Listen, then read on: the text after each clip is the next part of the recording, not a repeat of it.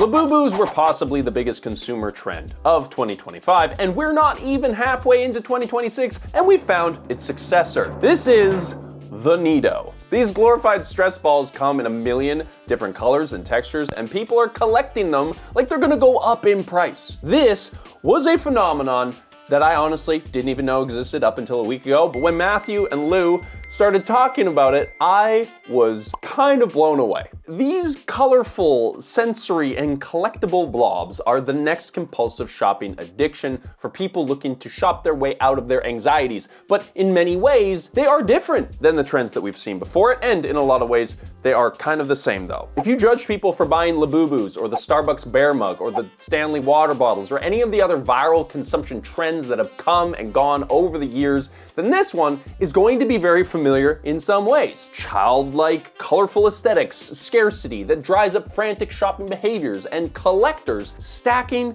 up their treasures. But NeeDohs aren't just a cool looking, cute, collectible whatever. There's something deeply psychological about these little blobs of plastic that tap deep into our brains and shed some interesting light into the consumer landscape that we find ourselves in today. Today, we are talking about the next viral toy trend, the NeeDoh. A huge thank you to Ground News for sponsoring today's episode. All right, so we have to acknowledge that we are not the first people to break this NeeDoh story. Shauna Rapari made a really great video with almost exactly the same title as we were coming up with the idea for it. So if you do see some parallels, there is also that going on. We respect her content. We just happen to make the same kind of content as her around the same time. Good work, Shauna. We'll see you on the internet. We'll see you around on the internet. So this trend might feel completely out of the blue for you, as it did for me. But first, I think we need to clarify that this was not a mistake. This is not the sort of random explosion of popularity that we saw from things in the past like Dubai chocolate, where something becomes extremely popular by accident. Like the people who created the Dubai chocolate phenomenon weren't like in a laboratory coming up with something that was going to be a viral sensation. The NeeDoh phenomenon, on the other hand, is maybe more similar to Labubu in its corporate context. You probably don't know the Shilling Company, I think it's pronounced, but you've probably heard of a lot of their brands like Tonka, Lava Lamp, Fisher Price, My Little Pony, and many, many others. This company is responsible for like half of the toys in North America. And this NeeDoh thing is going to be their next big hit. Also, I didn't really realize this, but like lava lamps is like a branded thing, like it's a brand name product. I thought that lava lamp just referred to any kind of lamp that had bubbles in it. There you go, learn something new every day. So Shilling didn't develop these things to sit on the shelves, obviously, but they didn't expect them to be as popular as they are right now. Apparently they sold out of a year's worth of inventory in just 9 weeks, which makes NeeDoh the company's best-selling product of all time already. It was only launched in like 2017. This company's been around for 50 years. This isn't like their third time at bat, you know? Like, they've been doing this, and this has gone crazier than they could have ever expected. And just like all of the trends that have come before it, we see this fever, the buyers and the resellers putting this whole thing into overdrive. The writer for this Business Insider article paid more than double for a NeeDoh from a store she found in the mall, and there are knockoffs of this product already in the real world. Like, we're pretty early to the trend for once, and like there's already dupes out there. That's crazy. But listen, every time that we make one of these videos, I explain this loop, even though I feel like it should be self-explanatory by this point, but here I am saying it again. If you see people lining up outside of a store at weird hours to buy something, or you see something getting sold online on eBay for 3 times its list price, you should not buy that thing. Okay? Just wait a couple of months, and believe me, it'll be a lot cheaper. We have seen this game get played out, and we know who wins at the end, and it is not you, the consumer. This toy is a big deal. Forget about how quickly it has sold out in stores. It's inspired a whole new trend on TikTok that is actually dangerous. Kids are microwaving these things to make them squishier, and for some reason, they're getting really hurt as a result. I don't know why we could have ever predicted that would happen. Like, we found a case, a story where the hospital said it's the 4th NeeDoh-related case that they've seen this year. This is like the kids with the Tide Pods thing all over again. And thank goodness we found this story on Ground News. They're an app and a website that we have been partnering with for years, and we love them because they aggregate all of the news and the noise of the internet and they gather it into one place. They show you the news with the proper context and all the diverse perspectives that exist online as well. So feel free to check them out at ground.news/LH. There's over 50 articles covering this story about NeeDohs, yes, and it's really cool that Ground News shows you that it's mostly from center-leaning sources with 69% high factuality. Ho ho ho! 69? Knowing where a story lies on the political spectrum and who is backing them, and what level of factuality there is really helpful when it comes to putting together the research for videos like this one. I mean, maybe for some of the more, hard-hitting stuff that we produce, but also for NeeDohs. Also for NeeDohs, they've even got a blind spot feed which shows you what the left and the right are and are not focusing on so that you can see what the other side's news reality is looking like, right? You get the full picture of what's going on in the world. So if this sounds like your jam or your jelly and you want to spread it on your bread, you can unbias your news feed and polish off those critical thinking skills by going to ground.news/LH, or you can scan this QR code to get yourself started. You can join for less than $1 a month, or use our link in the description to get 40% off their unlimited access Vantage plan, which is the one that we use on this channel to help make these videos. Thank you so much to Ground News for sponsoring this channel, for doing what you do. Let's get back into NeeDohs. So like all of the popular trends that you see unfolding today, this NeeDoh thing is being driven by a world of content online. There is a whole trend around NeeDoh hunting videos where people on TikTok drive around to different department stores all day to try and find these little plastic balls. But it's not just collector culture that is pushing this, or the never-ending hauls that are being shared by influencers, or the celebrities that are obsessed with them. There is a special sauce here that is making them pop in a whole new way. As we talked about in our Dubai chocolate video, the crunch of these chocolate bars being bitten and broken apart was a big part of their viral success. But the NeeDohs take this to a whole other level. See, NeeDohs were launched in 2017 specifically to capitalize on the popularity of slime, fidget spinners, and other ASMR type products that kids were all about at the time. And here we are, almost 10 years later, and it's all clicking into place. See, these little balls exist as their own kind of ASMR content on their own. And we haven't really seen this before. Like I said, Dubai Chocolate benefited from this tactile auditory experience that the bars provided, but the NeeDohs were specifically designed to work in this way. Every video about NeeDohs goes basically like this. Hey guys, I bought this NeeDoh, or this box of NeeDohs or whatever. Look at the packaging, oh my God, isn't this so cute? And oh my God, this is what it feels like. So kind of like they hold it up to the camera and they go like this. This is what Labubu didn't have. Yes, it was exciting for people to unbox a mystery toy and see their reaction on camera, but the NeeDohs do this in a very different way. You're watching not only for the reveal of what they look like when they're being squished or squeezed, which is a reveal in and of itself, but then you see the person's reaction to that experience, and then they provide some feedback as to what that feels like for them. You see, there's more conversation going on there between the viewer and the product in this scenario. And for those of you who already understand or enjoy ASMR content, you get this. Like, you know what I'm talking about. But it's really interesting that this product has brought this phenomenon into the mainstream. Now, for the noobs like me who didn't really know what this was all about, ASMR content, or textural content as it's sometimes known, is an extremely popular category of content online. There's like lots of videos about it, and those videos have lots of views. I was blown away. We got slime videos,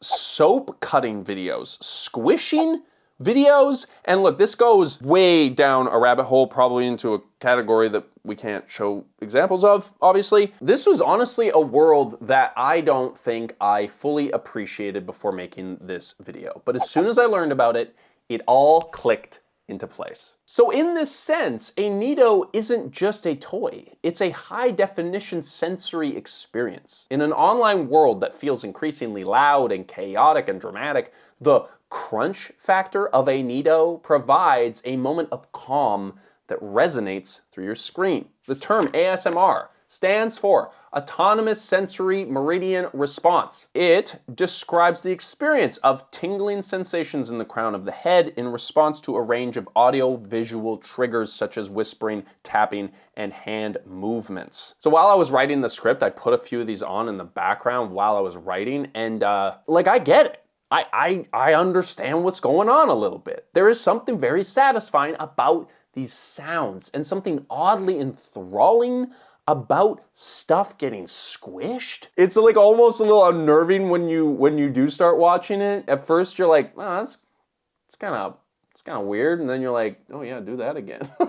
like there's some part of me that just loves this. Like at the end of the day, we are just mammals. Like we're just a cat getting a very specific part of our butt scratched, you know, which makes us impulsively purr, but like in a human way. Like you just show these humans these pleasant sounds and these images and we feel nice. How cute is that? All right, so I'm not gonna go particularly in depth here because obviously this is not a video about ASMR and NeeDohs aren't specifically a ASMR product, but they benefit from ASMR culture online. But it is important, I think here, to note that people are consuming NeeDoh and ASMR content online for stress-related reasons. And this is where NeeDoh feels kind of different, right? Because Labubus were just kind of nice to look at. NeeDohs, on the other hand, are being purchased by people, some people at least, to provide a real-world value as like a mental health tool. Here's the second category of information that you need to understand. Because NeeDohs fall into a category of toy called a sensory fidget toy. This is like fidget spinners, right? This is probably the most famous example that I can think of. I remember when fidget spinners first came out and it was like really early in the Amazon days, and one of my friend's brother or something went out and like bought a huge amount of them somehow on the internet and like made a substantial amount of money selling fidget spinners on Amazon. The key similarity between the NeeDoh and the fidget spinner is that they're like so easily customizable. The NeeDoh is literally just a gelatinous cube. You can make that any color, any design. Like you had the glow-in-the-dark fidget spinner. I just had like a black and white one. Yeah, that's sort of what we said in one of the water bottle videos. We were like, it's very hard to develop a new product. It's extremely easy to develop a new color for an old product. And basically every fidget spinner and NeeDoh thing that exists is just a new colorway. There is a very simple statement that can be misinterpreted that we kind of talk about in our videos, which is that consumers love new things. They love to buy something new. They want something new, but they don't want something different. That's the really weird like field goal you're trying to hit as a company mass marketing these things. They don't want a new toy, they want a new NeeDoh. It's not really different fundamentally because it's not foreign, it's not unfamiliar, it's not uncomfortable. But it does kind of satiate that desire for change without pushing you too far from your median. Now when I was researching this, I was sort of surprised that NeeDohs didn't really tap into the blind box mechanics of Labubus, right? Like that was such a huge part of their success. I would have bet that the thing that came after it would also do that, but maybe to another level.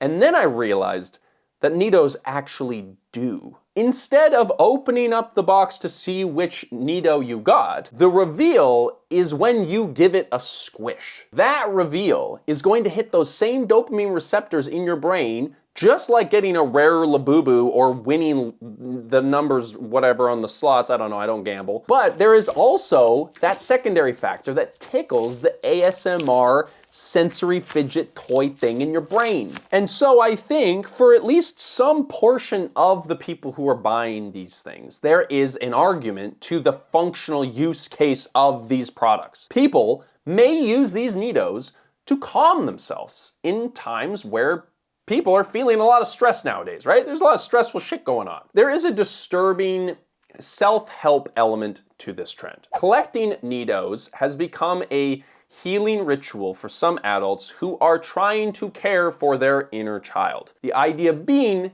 that they're buying these toys as an adult because in their childhood they did not have the agency or the means to get them at that age, right? And there are some stories where people have done this and it did work for them, but I need to be careful here, obviously, because I was lucky to have a pretty good childhood, didn't have any real concerns to speak of in this particular way. But I think that buying a bunch of children's toys is not going to fix the problems that arose in your childhood. If buying as healing really worked, then we wouldn't be stressed out by all the piles of garbage that we no longer use in our houses. And if you're buying dozens and dozens of these toys, then you're probably just addicted to the experience of buying something that triggers that nostalgic feeling from your childhood rather than actually healing anything. And then when you layer on these psychological factors of this story, it feels kind of different, right? The phenomenon of NeeDoh hunting, driving to multiple boutique toy stores,